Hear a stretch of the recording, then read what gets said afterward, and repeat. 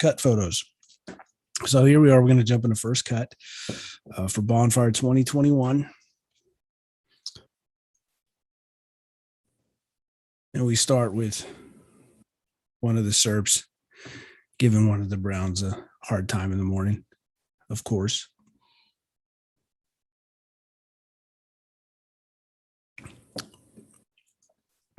And the crew's showing up early.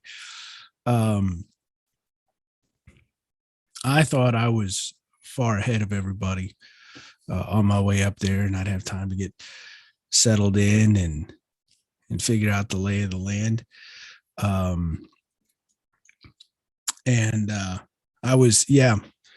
got in maybe third car in the door, and I don't know, felt like a couple dozen cars behind me, and then, more from there. So I had to hit the ground running. They were good and motivated. That is for sure. So here's Kruger. I had to apologize to one of them. I think it was the car right behind me when I drove in the door, into the gate.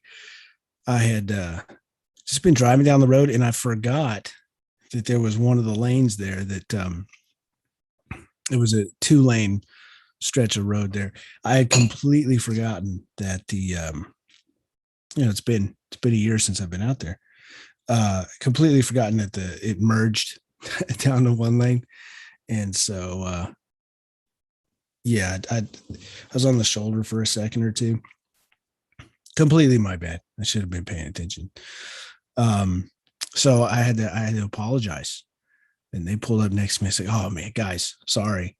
And one of them said, "Yeah, we were like, oh my gosh, what are we going to do? We don't want to get Ace hurt or anything." Ace was in the car with me. Glad we have our priorities in order. So there's Kruger getting everybody amped up for the day.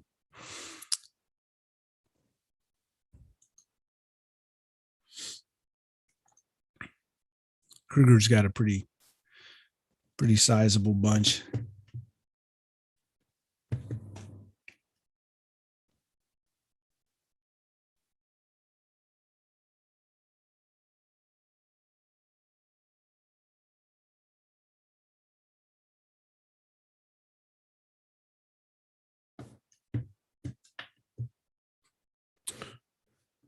Let's see here. I'm trying to see if I can play with those levels just a little bit. Get my hardware stuff worked up here. Got a little doodad. Looks like one of those DJ mixing tables or whatever. I mean, like a small one.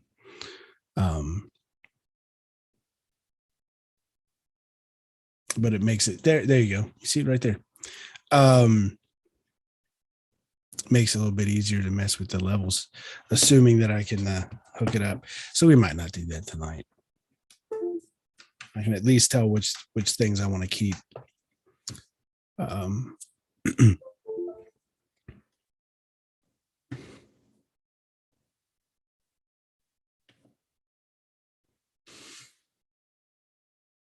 right. Still looks like that's out of commission today. I'll be all right.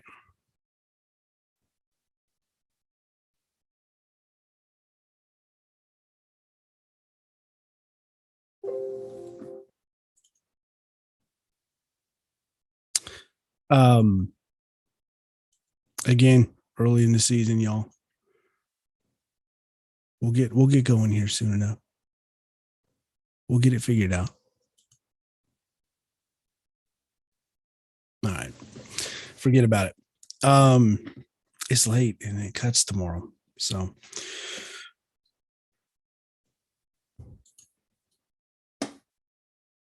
we got Kruger. Spend enough time on that. I'll probably have to edit out that whole, like, what was that, like 3 minutes? Green's getting everybody checked in.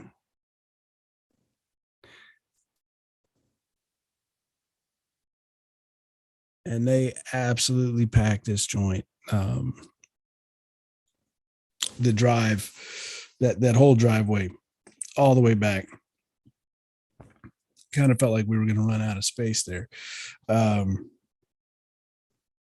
Lechner getting checked in. You got a jack-o'-lantern thing going on. Nerd coordinating. Neely Hall getting their stretches in.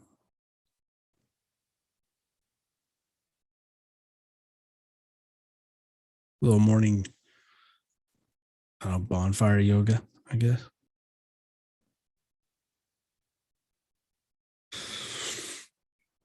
So there's one of those in there. I like that one. That's fun.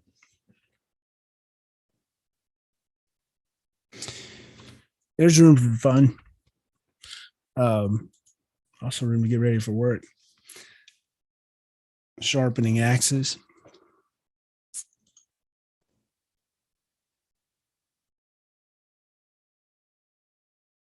And one of my favorite lines. Earn a friend, build a bonfire. I love that shirt.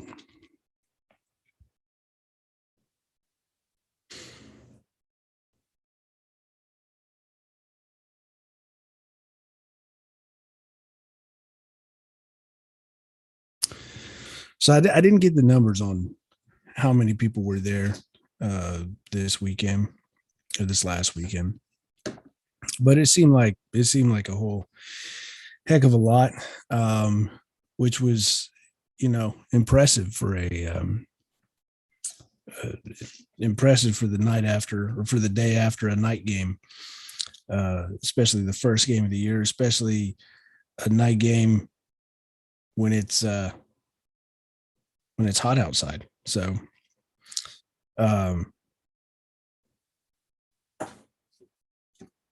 that'll take it out of you.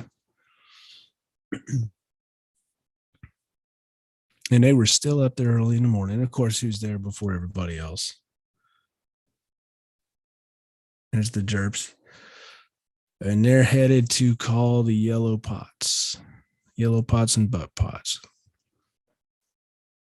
That favorite little morning routine. And if you're not familiar, the yellow pot butt pot calls when the juniors get all the yellow pots and butt pots who are going to be running the woods that day, get them all together to give them kind of the direction and motivation for the day, walk through the woods, look at who's got what woods, kind of identify some objectives for the day. And so here they are all getting lined up, getting ready to make their call. And we're going to see a bit of a mistake here, not on the juniors' part. You see, they're all, I don't know if you could tell, but shoulders already here. They're yelling right now. Yellow pots, butt pots.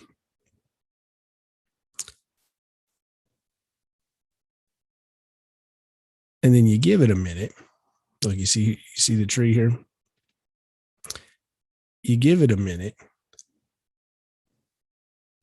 And here they are yelling again. The tree's not there.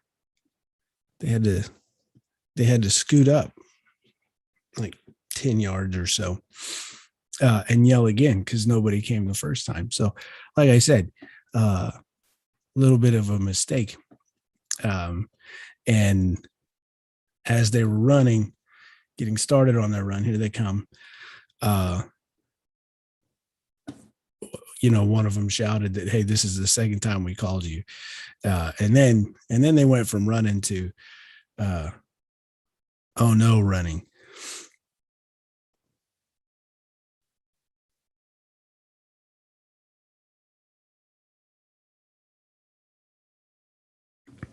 Schumacher.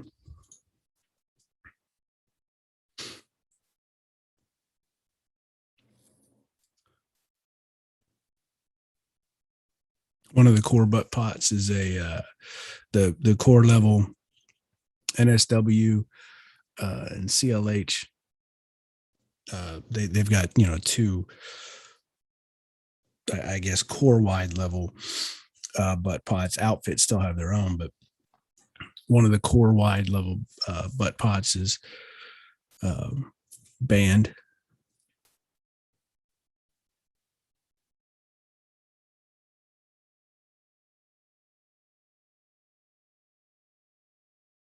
Oh man, I can't believe. Oh, that's a bummer.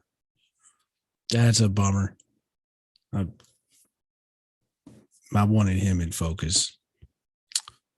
Dad gum. He was communicating that they'd been called twice.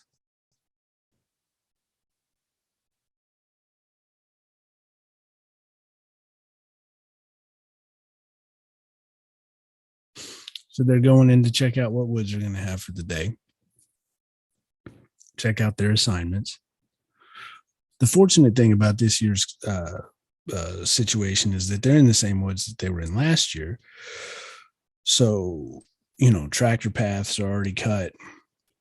Everybody's already figured out the most efficient routes through the woods. Clean up during the summer. There's advantages if you're cleaning up, knowing that you're going to be coming back.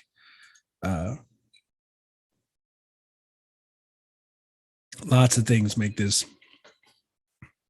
really ideal.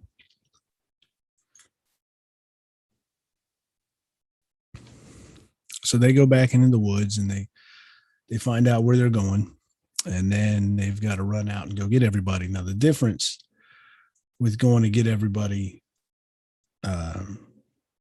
on first cut is, on any other cut, when you're running back to go get everybody, you're running back to go out to the woods. At first cut, you're running to go get everybody to bring them for sort of another cut class for anybody who's only just showing up for their first time. There they are running past Red Pot Log. It looks to me like the same sort of tree that they cut down last year, which I think we finally determined was an elm, a big, bad looking elm tree. And apparently, I don't know if I mentioned this last year, but apparently an elm tree, that there were a lot of elms around here years and years and years ago. And we're talking decades, about more than 100 years, apparently. And then there was some kind of blight, some kind of elm disease that came through and just completely wiped out the elm trees. So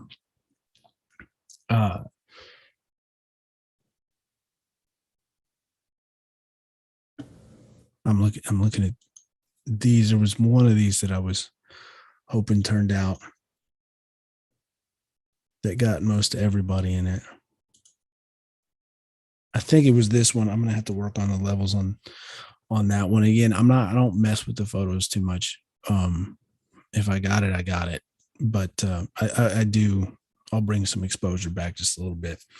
Just play with the highlights and shadows just a little bit. I don't do much more than that.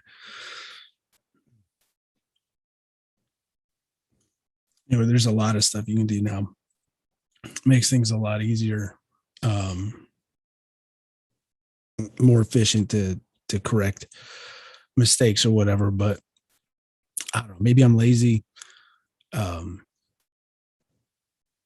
proud. I don't know what it is. I don't know what my deal is. I don't mess with the photos too much.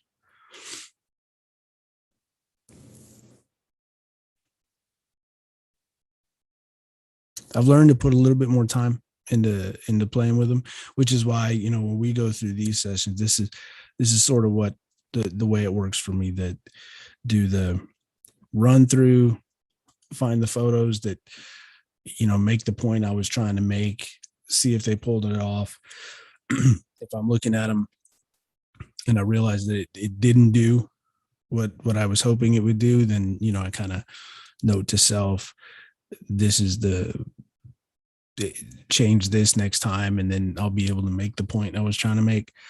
Just kind of self-correct looking through on the first pass. And then afterwards, I'll take the ones that I picked. And if I've picked a few that are sort of the same, and I'll bounce between them and figure out which one I really want. And then make those adjustments at that point.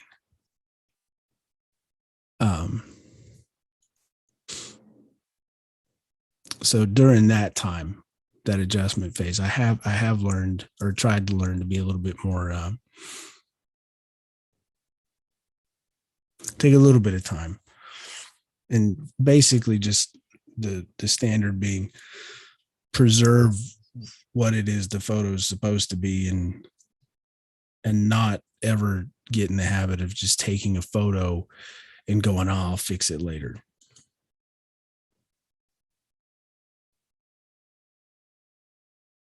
So, we get an idea here of there's a lot of people, and this here at this point, this is the front, and this is stretching back the entire breadth of this front stretch, this front pasture, which was, we've seen some of those photos last year. It's, way over a football field, and just a steady stream all the way down that, and then going back here, back up that dirt road.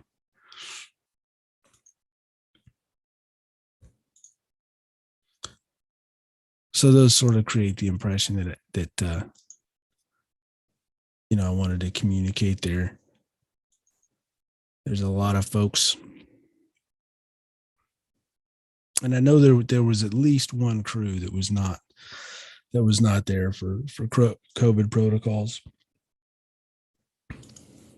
Again, everybody being as responsible this year as they were last year. Keep everybody well. Start the season early. Allow for people to, make responsible choices, like keeping a whole crew home, but still, never feel pressed for work. Pelt bringing in their Xbox, which is massive.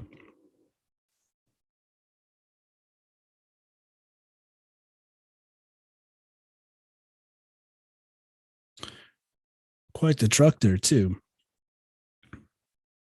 3 out of the 4 senior red pots were there at this point.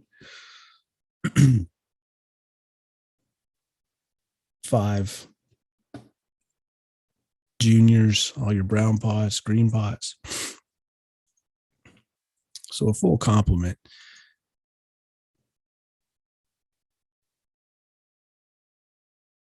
And a little, I believe the advice at this point, or the discussion at this point, was some of the COVID expectations. Get everybody's attention at the same time so everybody hears the same thing.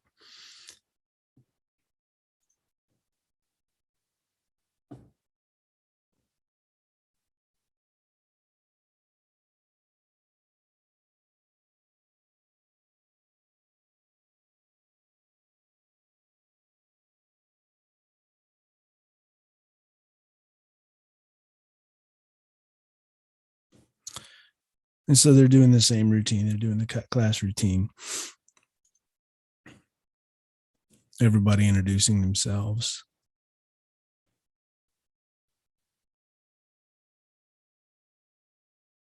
And I'm a fighting Texas Aggie senior red pot, that line.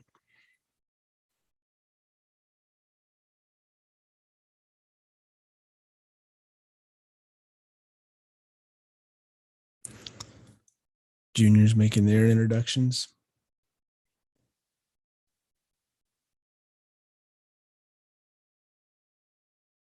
Issuing some instructions and expectations.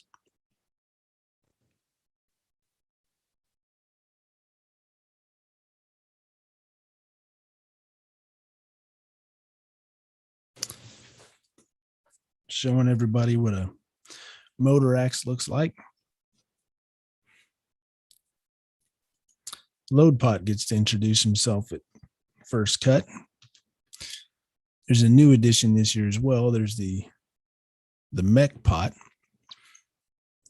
So having identified that the importance of keeping equipment in good repair, I mean, obviously that's always important, but now, I mean, a lot of the equipment's getting pretty old. Stuff that was new not too long ago, it's almost becoming a full-time job keeping up with the equipment, and maybe not even necessarily, fixing it all alone. But Sevchek's has been really great this year. Sevchek Service Center in town, helping getting the trucks moving again, working well, diagnosing any accumulating issues, finding things. This is really important. Finding things that aren't wrong yet, and then finding the cause of the things that aren't wrong yet. So, it's one thing to be able to fix issues. It's another thing to be able to understand why the issue comes up. And so Sevchek's has been great at being able to understand, right, let's get this moving again, and then let's figure out why this issue popped up, and then where appropriate, take care of that, or let's schedule that for when the truck is a little bit less busy. That's been great, but the first point of contact on that is going to be the mech pot, who can kind of give Sevchek's a little bit of a Cliff's Notes on the deal. This is where the sound's coming from. Tracked it to this. Pretty sure it's not that. When the mech pot is not able to completely do the repair themselves. So a really neat little situation there. Smart. Very smart. So more going into the woods at the end of last year. This was the Kruger Woods. And Kruger's dress log was right here.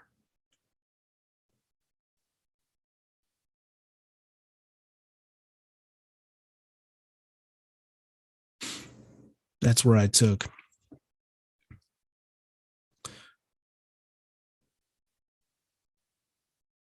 that was one of my favorite from last year.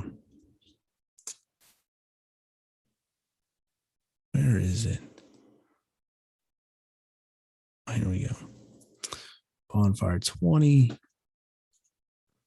look at the flagged ones. Jumping back to 2020. And let's go towards the end of cut there. This is this here is cut class at the chicken. But I'm looking for I'm scrolling through on my other monitor here through center pole unload. It was after that we did. Was it? Yes. Almost there.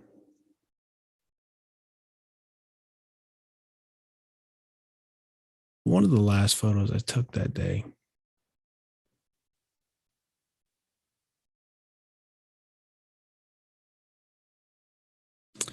There's FHK. There it is. I really like that one from last year. The crew chief standing together while the crew is swinging on the dress log for this season. So right, this here is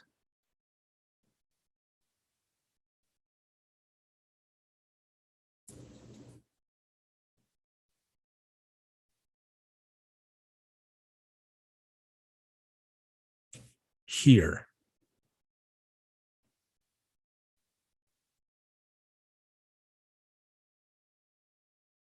And I'll tell you, the woods have changed a lot from what I remember them at first cut last year. really, it sometimes it's just really hard to wrap your mind around, like how much they empty out. But they're already running cattle on some of the areas that have been opened up.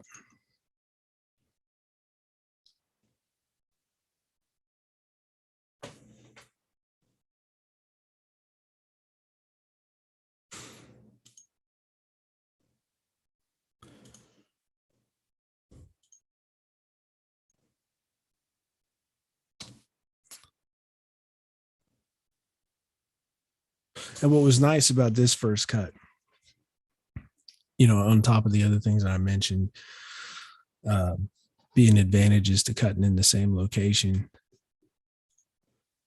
But we'll see. It doesn't take very long at all before they're actively cutting down trees.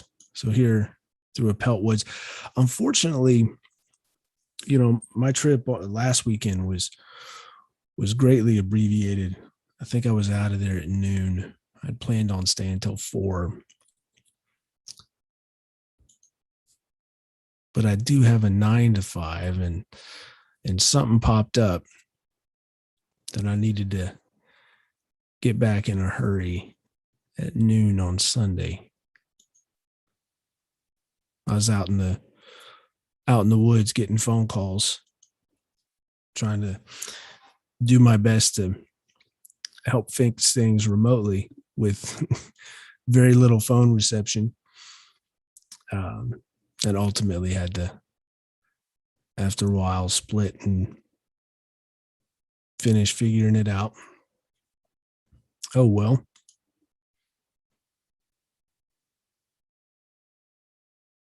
Point being, those woods that I just went through there, I didn't really get a chance to go back through there after they'd started work. Here they are down swinging on one of the, I don't know, folks call them cedars, as cypress, or one of those junk trees.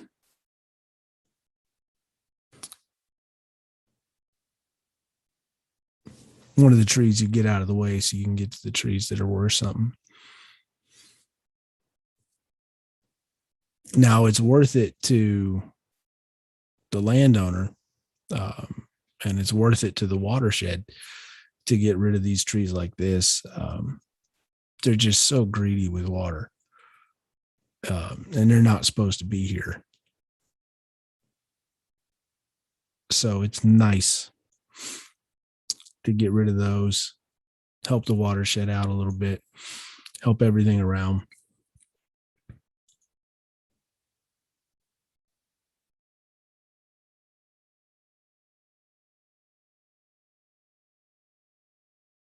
Even if you're not going to use them for bonfire, you got to get them out of the way so you can get to the other trees. But in the process, you're getting rid of some. So they're just horrible trees for the environment around here.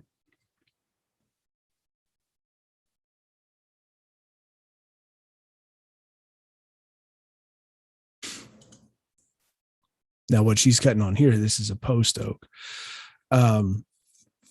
In normal years, if you look up at a tree and it's got brown, then you just leave it. Probably calling a brown pot if it's in the way to have them chainsaw it down. Because if it's got at the beginning of the season, especially if it doesn't have green in the leaves, it's a dead tree. And you generally don't want to mess around with those.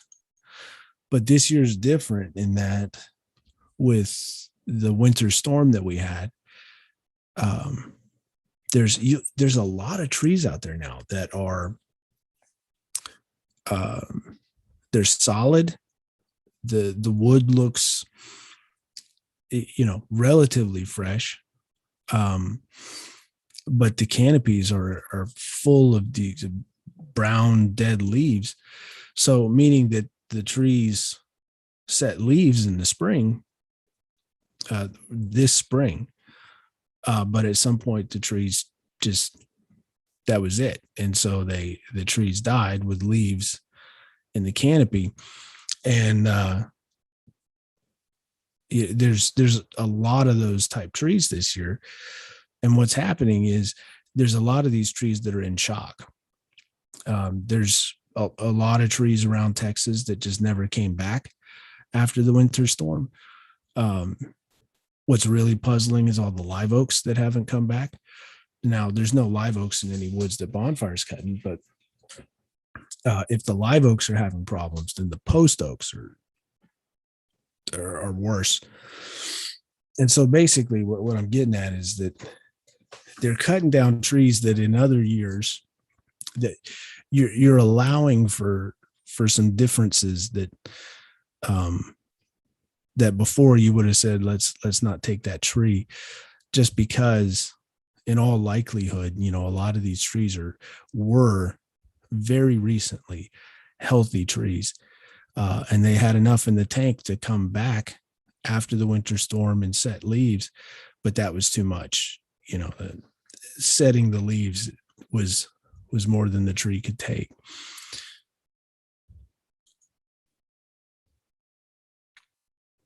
And that was the tree they were working on there. I didn't get a photo of that canopy. I'll do that this weekend and just show there's the landowner wants their trees gone. So in this case, those trees are getting out of the way anyway. But it's kind of a bummer to realize that there's other places where the trees, it would be nice if they made it, and they're just not going to. All over the state, it's a bummer. And the landowner has marked off some trees, beautiful trees that, they kind of, when Bonfire approaches the landowner about space, very few landowners say, just take everything, mow it down, don't care. They usually have at least a few trees that they want to keep. And this landowner, you want to provide shade for the livestock, for the wildlife. You want to provide some kind of tree habitat. So they went through and they marked a bunch of beautiful older trees that were very healthy. And unfortunately, some of the trees that they've marked were obviously very badly stressed from this winter storm. So hopefully those don't end up having to come down. But you see a lot of it. It's a shame.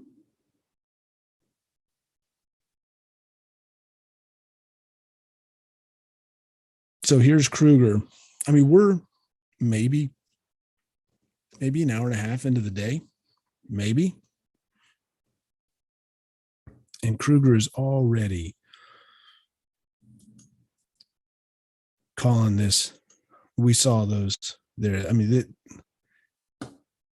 this is a real log that they're already calling.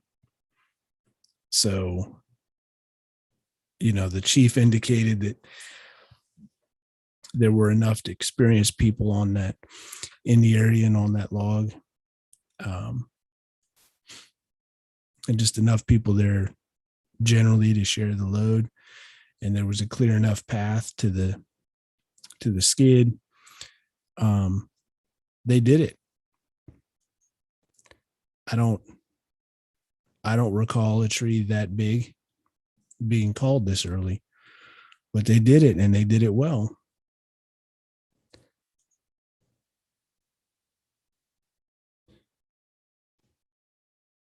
So they've got it on the ground. He's asking any binds, any rolls. So you're checking to make sure that, nobody's foot or hand is caught up underneath it. And you're also wanting to make sure that the log doesn't want to move one way or another. And there somebody's indicating that it wants to roll this way. And so he's going to call to clear that side. And everybody clears out of it. And then they roll it and get it to where it's not wanting to roll anymore.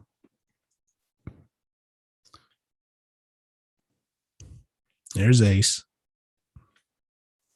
Still trucking.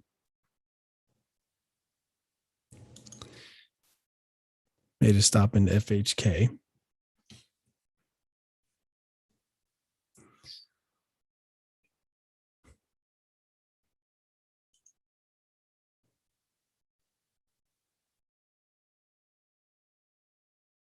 Dropped by load site for a second too.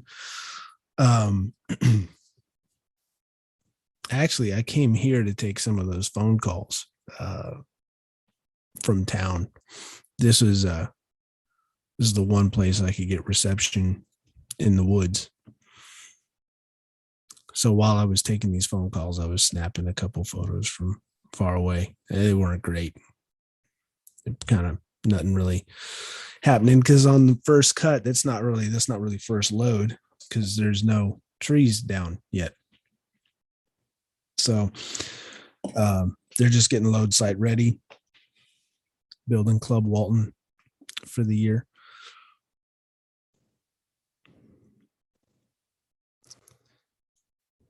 Here's Schumacher. This was another one of those. I mean, this is a solid, good tree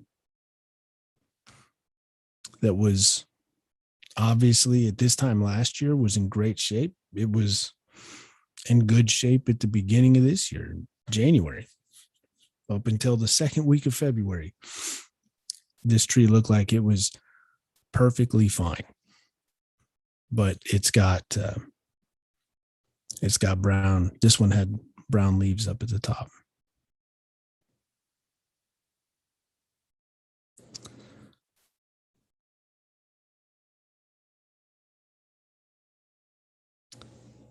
So again, it had enough in the tank to put leaves out. But after it put leaves out, it threw in the towel.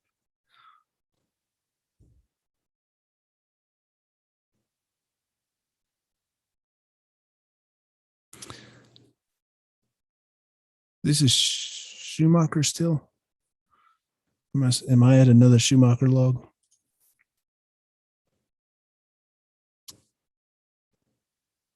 Yeah.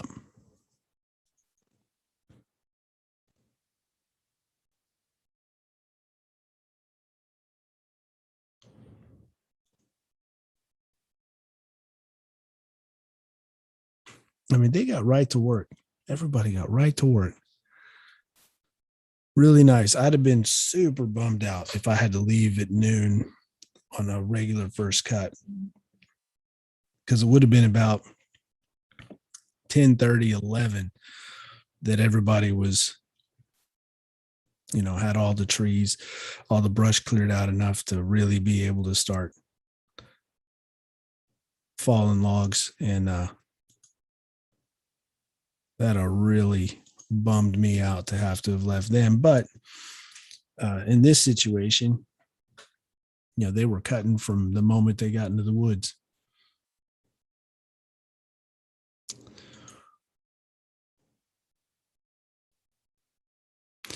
This is junior head stack walking through the woods. So will be one of the few times that you see junior head stack for the rest of the season in the woods, because at this point, logs are starting tomorrow. Logs are going to be going out on trucks and heading to stack site. And so the junior head stack is going to be at stack site working unload.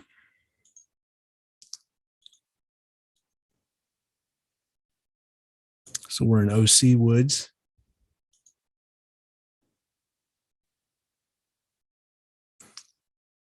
There's going to be brush moving all year, not just first cut. So this is, your standard in season brush clearing.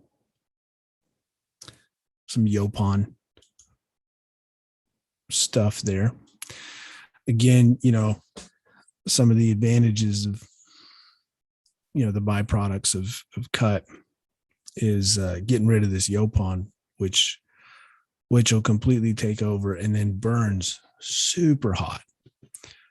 So when Yopon really gets going, that can be a problem because it'll burn really, really, really, really hot, and it packs in really, really tight and makes these thickets that are just tight enough to be really problematic, but loose enough to really be able to take in a lot of air. And so Yopon's it's just a nightmare from a fire situation.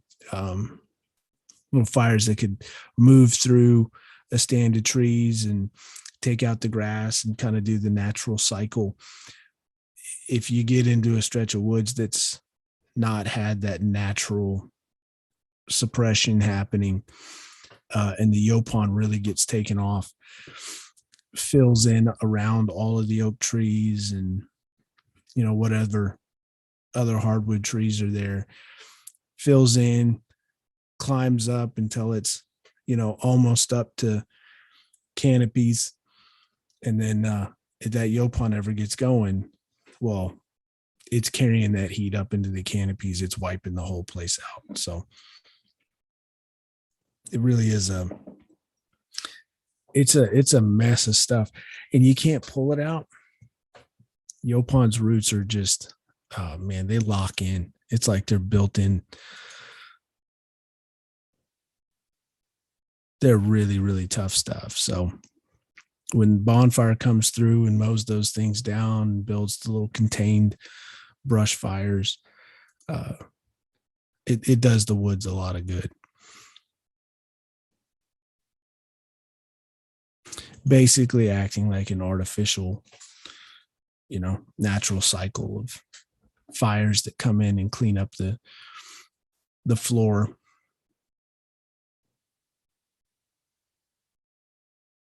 So we're getting into the core woods now. I think I turn back around and get one of OC again. Yeah. There's OC moving that tree.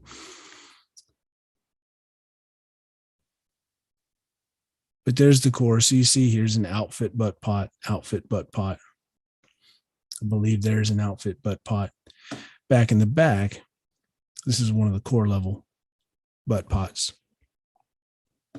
So again, years ago, was 2013? I think it was 2013 or 2014. The Corps kind of looked at how they'd been operating and said that they wanted to keep the butt pots for the outfits. That's never going away. But they wanted to provide a little bit more of a, another level of command and control. And so they created these core wide butt pots, two of them, kind of split the core in half. And so those are the points of contact, those two. And then it works its way through the core, through the outfit butt pots, and then down to the outfits. It's turned into a really cool way of dealing with things. And the first year that they did it, if I'm remembering everything correctly, the first year that the Corps created that second level, that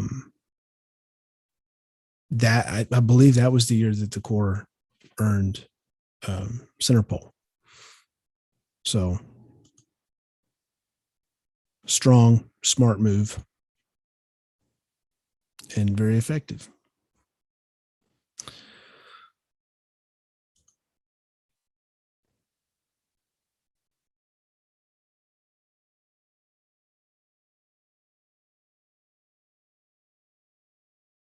Very hot. This is the other thing about starting early. It's good. Starting early is it's a great way to get as far ahead of the curve as you can. In the situation last year, the situation this year, where you've got this COVID thing, and you've got, you want to do the responsible thing, and if all of these crews that people and outfits, they live together, they're in the same space, living, they go to dinner together, so if one person in the crew is not well, they were probably around somebody else in the crew. And so you want to be able to say, let's do the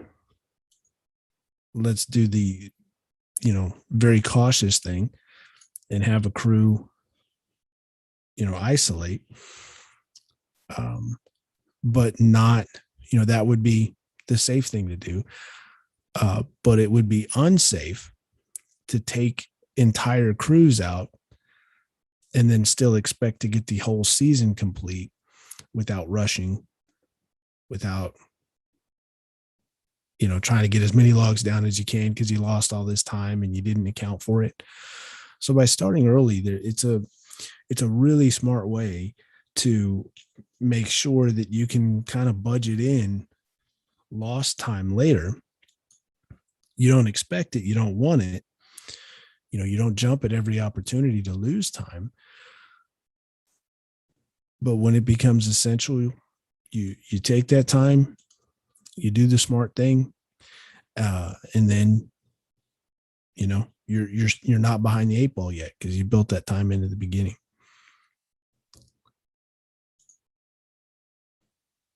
Here's the Squadron 16 butt pot.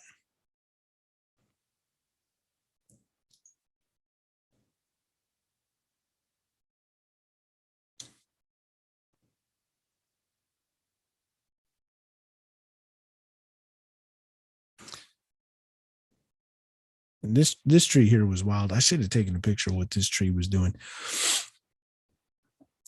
At this point, usually I can look up and say, okay, yeah, that tree's going to go that way. I look at a wedge, look at the way the tree is shaped, look at the ground, look at everything, and get a pretty good idea at this point where a tree is going to go. But this tree was a mess. Depending on how far up or down the tree you were looking, it was leaning forward, then leaning backwards, and leaning to the left, and then leaning to the right. It was wonky. But there was a good at least about 10 or 12 feet above from here that was nice and straight. All the weirdness started happening above that. So it's a good first tier log that they were cutting down here.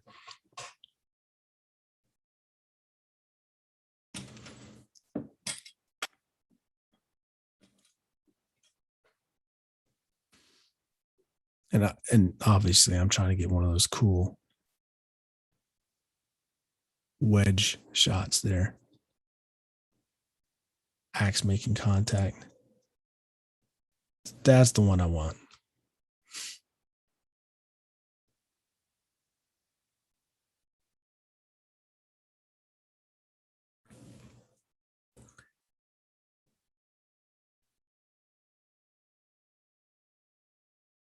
And I guarantee he's up there thinking the same thing that everybody was thinking, which is, where is this thing going?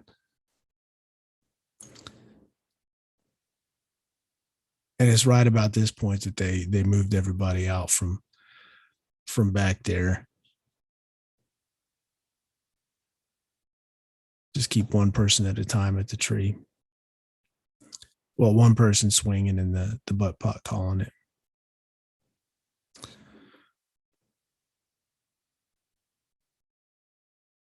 More brush. Oh yeah, that's where I was going. So starting early builds you in all that time, but there's a penance to pay with starting early, and that is, it is hot. You're starting hotter.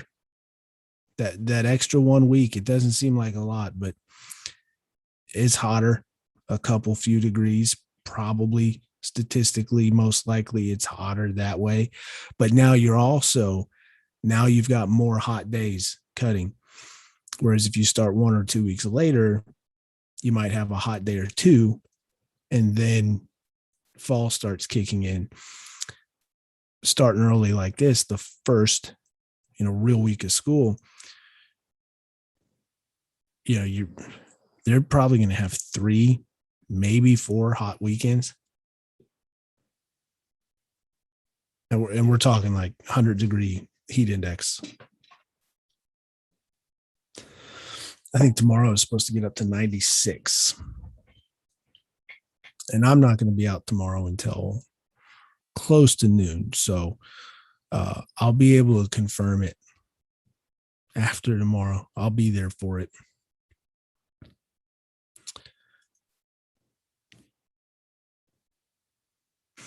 Here went to go to Neely.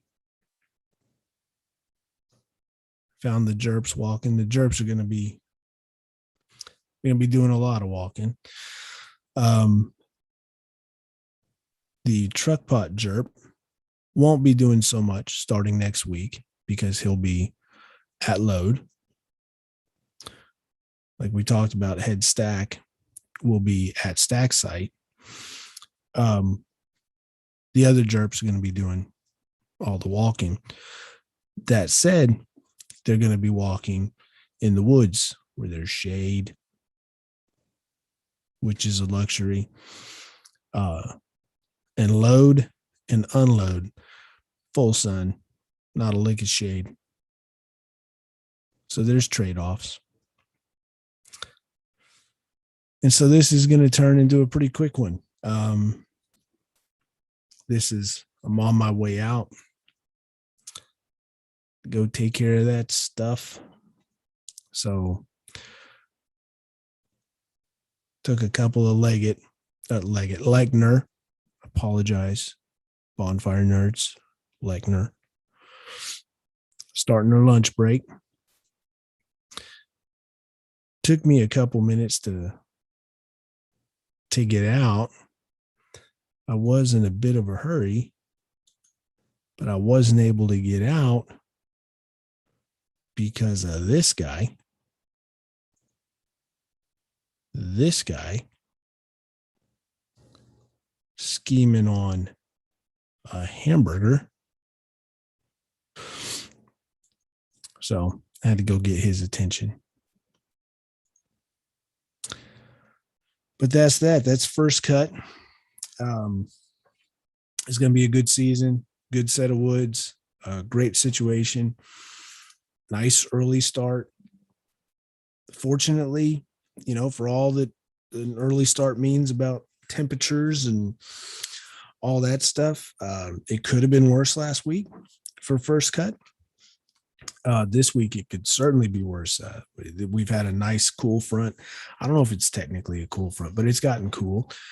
And the humidity's disappeared, and so it's been very nice. And hopefully that overlaps a little bit into tomorrow. I know it's starting to get hot again.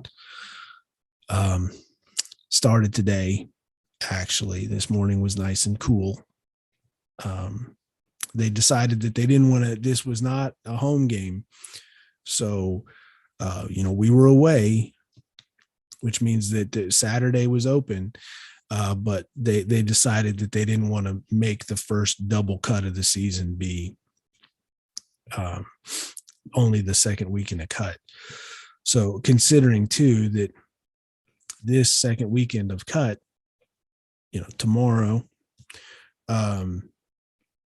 is earlier than some seasons' first cut. So it's still early in the year, and they decided that they didn't want to do a double.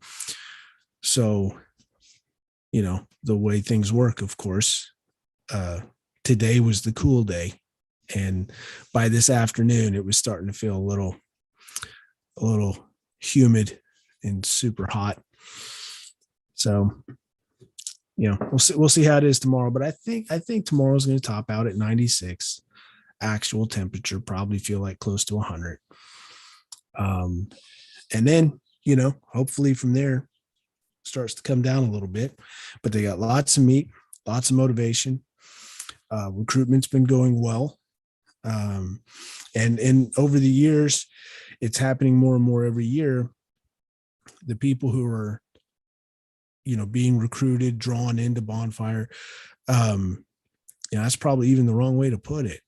There's more and more students every year coming to Texas A&M saying, I want to build Bonfire, which is, there were a lot of students who were like that for years. That was, there was a lot of people who came here knowing that they wanted to build Bonfire.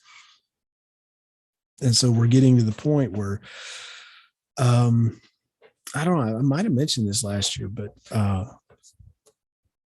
somebody told me at Stack last year, this is the first time somebody mentioned it. And it turned out by the end of the season, a couple people said the same thing, that, they were in grade school and they read this thing or saw that thing, and they knew that they were going to build bonfire from grade school. They were, I'm going to A&M and I'm doing that. So all to say, recruitment's going well, and a lot of what you're seeing now too is Aggies coming to bonfire. They get here and they're looking for crew chiefs. They're looking for somebody in the crew to say that they're building bonfire, and I'm going there, which is a great situation to be in, because bonfire is still hard and hot, and then really cold and dry and really wet, and it's just in a lot of ways it's just tough, and the time commitment and all of these things. You're doing it right when there's a lot of people that say, well, that was fun, but not for me. If it ever became an experience that everybody was like, oh yeah, I can do this start to finish, no problem, then it's different. So,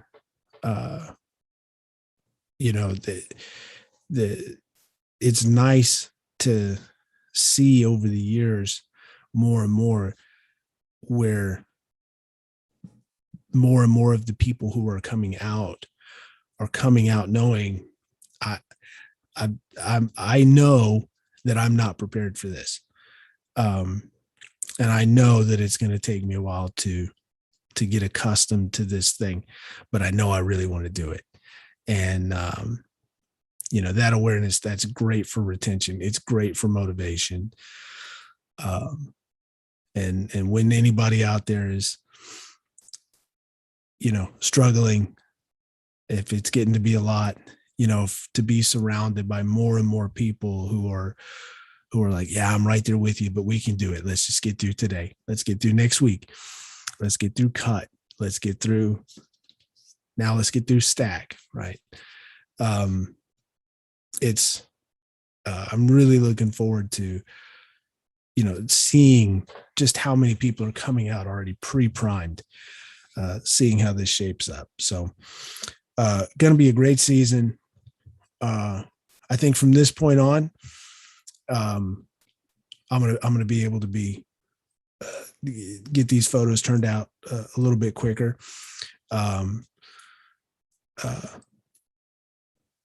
This past week, it was rough. Like I said, COVID negative, tests came back. I'm fine.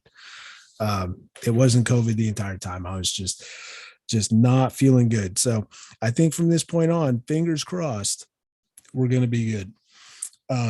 But that's on my end. I know, not a doubt in my mind, bonfire is going to be fine. So, anyway, build the hell out of bonfire 2021.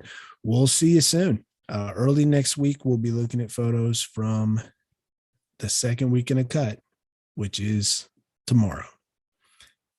Build the hell, Ags. Gig 'em.